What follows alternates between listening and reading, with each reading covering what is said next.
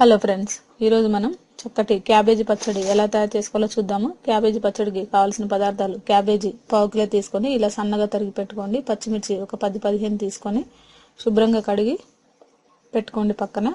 వెల్లుల్లిపాయ ఒకటి, జీలకర్ర ఒక స్పూను,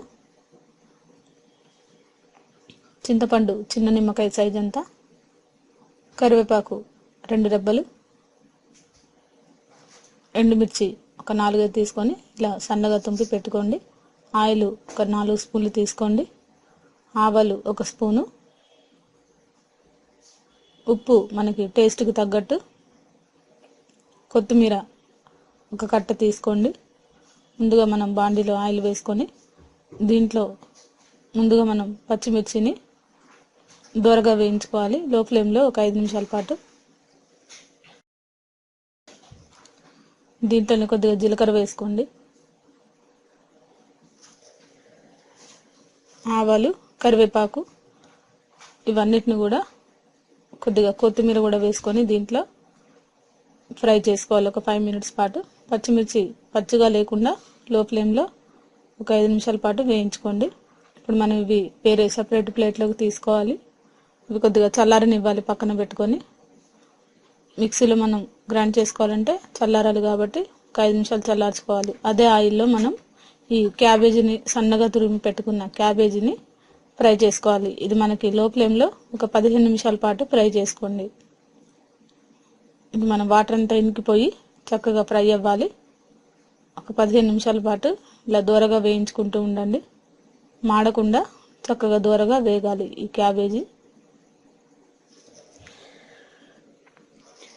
ఇది పచ్చి వాసన పోతేనే మనకి మంచి టేస్ట్ ఉంటుంది. ఇప్పుడు చూడండి, గోల్డెన్ బ్రౌన్ కలర్ మనకి వచ్చింది. ఇప్పుడు మనం మిక్సీ బౌల్లో ఈ పచ్చిమిర్చి అన్నిటిని కూడా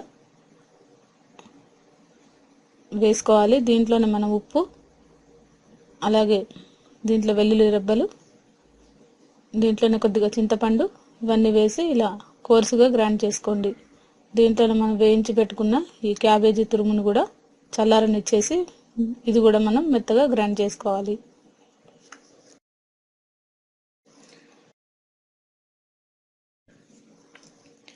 కొద్దిగా మనకి ఇలా కోర్సుగా గ్రైండ్ అయిన తర్వాత దీంట్లో మనం పోపు వేసుకున్నాము.